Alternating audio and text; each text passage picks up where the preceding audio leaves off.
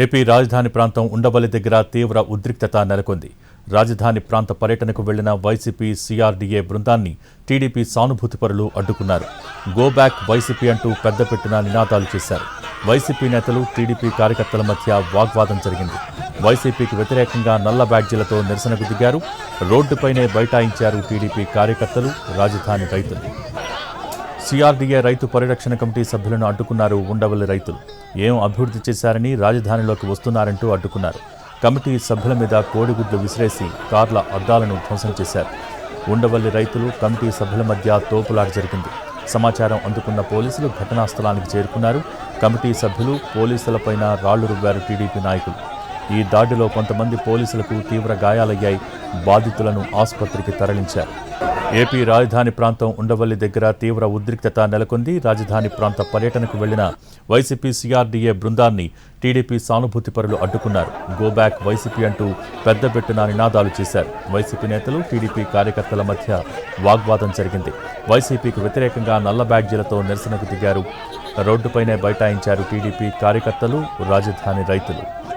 దీనికి సంబంధించి మరింత సమాచారం మా ప్రతినిధి ప్రసన్న టెలిఫోన్ ద్వారా అందిస్తారు. ప్రసన్న, ప్రస్తుతం అక్కడ సిచ్యువేషన్ ఏంటి? భోగి సిచ్యువేషన్ కొద్దిగా ఉద్రిక్త పరిస్థితులు తగ్గిన వాతావరణం కనిపిస్తోంది. రాజధాని పరిరక్షణ కమిటీ పేరుతో వైసీపీ సిఆర్డీఏ పరిరక్షణ కమిటీ ఒకటి ఏర్పాటు చేయడం జరిగింది. అందులో సీనియర్ నేతలు పేరు నాని, అదేవిధంగా అవినాష్, ఇతర నేతలు అంబటి రాంబాబు వీళ్ళంతా కూడా ఉన్నారు. ఇవాళ రాజధాని ప్రాంతంలో పనులు ఏ రకంగా జరుగుతున్నాయి ఏంటి అనేది పరిశీలించడం కోసం ప్రధానంగా అక్కడికి వెళ్తున్న పరిస్థితి. ఈ సమయంలో కొంత ఉద్రిక్త వాతావరణం. అక్కడ రైతులు, వీళ్ళని టీడీపీ సానుభూతి పరులు కొంతమంది రాజధాని ప్రాంతంలో వైసీపీ ఎందుకు పర్యటిస్తుంది, గత 5 ఏళ్లలో రాజధానికి సంబంధించి ఎలాంటి నిర్ణయం తీసుకోలేదు, దీంతో వైసీపీ గోబ్యాక్ అనే నినాదాలు చేయడం జరిగింది. దానికి సంబంధించి అక్కడ పోలీసులు రావడం, కొంత ఉద్రిక్త పరిస్థితి జరగటం, రాజధానిలోకి మమ్మల్ని లోపలికి వెళ్ళనివ్వాలి, అక్కడ నిర్మాణ పనులు ఏ రకంగా జరుగుతున్నాయి ఏంటి అనేది చూస్తున్నామని వాళ్ళు ప్రధానంగా చెప్పడం జరిగింది. ఈ సమయంలో కొంత తోపులాట, ఉద్రిక్త పరిస్థితి కూడా ప్రధానంగా ఉన్న సిచ్యువేషన్ అయితే మనకి కనిపిస్తుంది. ఎందుకంటే రాజధాని ప్రాంతంలో నిర్మాణాలు, అదేవిధంగా రాజధాని రైతుల పరిష్కారానికి సంబంధించి గత కొన్ని రోజులుగా కొంత ఆందోళనకరమైన కార్యక్రమాలు ప్రధానంగా జరుగుతున్నాయి. దీనికి సంబంధించి వాళ్ళు రైతులు కొంతమంది రావటం, వచ్చి వైసీపీ నేతలను కలవటం, వైసీపీ పరిరక్షణ కమిటీ ఏర్పాటు చేయడం, ఇవన్నీ కూడా ప్రధానంగా జరిగింది. దీంతో ఈ రోజు రాజధాని పర్యటనకు ప్రధానంగా వాళ్ళు ప్లాన్ చేస్తున్నారు. రాజధానిలో పర్యటించాలి, రాజధానిలో రైతుల సమస్యల గురించి ప్రధానంగా వినాలి అనేది పెట్టుకుని ఉన్నారు. దానికి సంబంధించి కొంత వాతావరణం కూడా వర్షం పడుతూ ఉంది. అయినప్పటికీ కూడా వైసీపీ నేతలు రాజధాని ప్రాంతంలోకి వెళ్ళటం జరిగింది. ఈ లోపు అక్కడ వాళ్ళు అడ్డుకోవడం, రైతులు రావడం, వాళ్ళు అడ్డుకోవడం కూడా ప్రధానంగా జరిగింది. అంటే రైతులు ప్రధానంగా చెప్పేది ఏంటంటే గత 5 ఏళ్లలో వైసీపీకి సంబంధించి ఎలాంటి రాజధానికి సంబంధించి ఎలాంటి నిర్మాణాల మీద దృష్టి పెట్టలేదు, రాజధానికి సంబంధించి ఎలాంటి కార్యకలాపాల మీద దృష్టి పెట్టలేదు. కానీ ప్రస్తుతం ఈ రకమైన వాతావరణం ఉండటం మంచిది కాదు, ఎందుకు వైసీపీ నేతలు రాజధాని ప్రాంతంలోకి వస్తున్నారు అనేది ప్రధానంగా చర్చ జరిగింది. ఈ సమయంలో కొంత తోపులాట జరగడం, ఉద్రిక్త పరిస్థితి ఏర్పడటం, ఇవన్నీ కూడా రాజధాని ప్రాంతంలో ప్రధానంగా జరిగాయి. వీటన్నిటిని దృష్టిలో పెట్టుకుని అక్కడ పోలీసులు వెంటనే రావడం, రైతుల్ని ముందుకెళ్లకుండా చేయడం, వైసీపీ నేతల్ని రాజధాని ప్రాంతంలోకి వెళ్లకుండా అడ్డుకోవడం, వైసీపీ గోప్యాక్ అంటూ ఈ నినాదాలన్నీ కూడా ప్రధానంగా జరిగిన పరిస్థితి అయితే అక్కడ ఎక్కువగా కనిపించింది. అయితే సిచ్యువేషన్ కొంచెం చేదాటకుండా పోలీసులు వెంటనే రియాక్ట్ అయ్యారు. ఎందుకంటే కనుక ఇబ్బందికర వాతావరణం ఏర్పడుతుంది కాబట్టి వాళ్ళు దానికి తగ్గట్టుగానే కార్యాచరణ రూపొందించాలి. ఎట్టి పరిస్థితుల్లో వీళ్ళు కనుక వెళ్తే మళ్ళీ అక్కడ లోపల రాజధాని ప్రాంతాలు, ఎందుకంటే ఉండవల్లి ప్రాంతంలోనే అమరావతి రాజధానికి వెళ్ళి ప్రాంతంలోనే ఉండవల్లి ప్రాంతంలోని తోపులాట జరిగితే కనుక నిజంగా వైసీపీ నేతలు లోపలికి వెళ్తే ఎవరన్నా రైతులు కావచ్చు, లేకపోతే ఇతర వాళ్ళు ఎవరైనా కూడా ఒక మాసిగా వస్తే మరింత ఉద్రిక్తత తీవ్రతం అయ్యే పరిస్థితి ఉంటుంది. కాబట్టి వెంటనే వీళ్ళు అడ్డుకున్న వాతావరణం అయితే ప్రధానంగా కనిపించింది. అయితే వీటన్నిటిని దృష్టిలో పెట్టుకుని పోలీసులు కూడా వెంటనే అలర్ట్ అయ్యారు. కానిస్టేబుల్ కూడా తీవ్రమైన గాయాలైన పరిస్థితి రాయి విసిరినప్పుడు. అయితే అది ఏ కోణంలో జరిగింది ఏంటి, దానికి సంబంధించిన వివరాలు కూడా పూర్తి స్థాయిలో తెలియాల్సి ఉంది.